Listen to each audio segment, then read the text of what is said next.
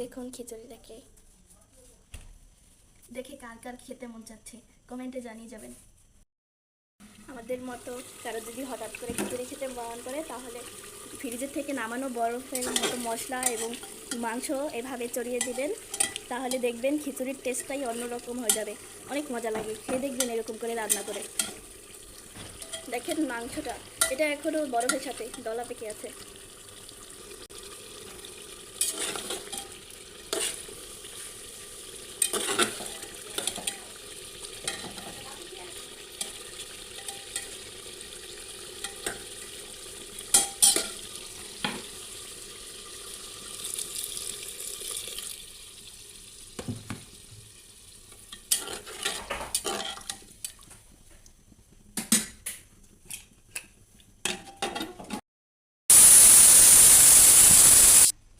Pressure কুকারের তাড়াতাড়ি শেষ করার জন্য এভাবে একটু খুরচিন দিয়ে ধরে বসবেন, তাহলেই হয়ে যাবে।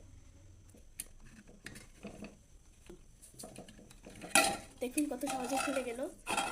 এভাবে আপনারাও ট্রাই করে দেখবেন। এবার একটু লাড়া দিয়ে দেখি মাংসটা সিদ্ধ হয়েছে কিনা। থেকে ধুয়ে রাখা চালটা দিয়ে দেবো কষানো মাংসের ভেতর। চালটা জ্বালিয়ে দিলাম, এবার একটু ভালোভাবে লেগে দিচ্ছি।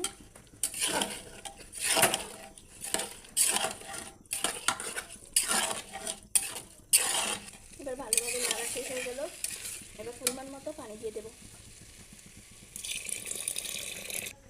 আমরা একদম খিচুড়িটা ঝরঝরে রাখবো না, তাই পানিটা একটু বেশি দিতেছি। পরিমাণ মতো পানি দিয়ে দিয়েছি, এবার একটু লবণ লাগবে, লবণ দিয়ে দিলাম। এবার ভালোভাবে নেড়ে ঢাকনা দিয়ে ঢেকে রাখবো। আমাদের খিচুড়ি রান্না শেষ, এবার আমরা খিচুড়ি পরিবেশন করব। আমাদের খিচুড়ি বা রান্না করা শেষ। মাশাআল্লাহ খুবই সুন্দর একটা ঘ্রাণ হয়ে এসেছে। খিচুড়ির কালারটাও মাশাআল্লাহ খুবই সুন্দর এসেছে। দেখুন, দেখে জিভে জল এসে পড়ছে। আম্মুর হাতে রান্না করা খিচুড়ি।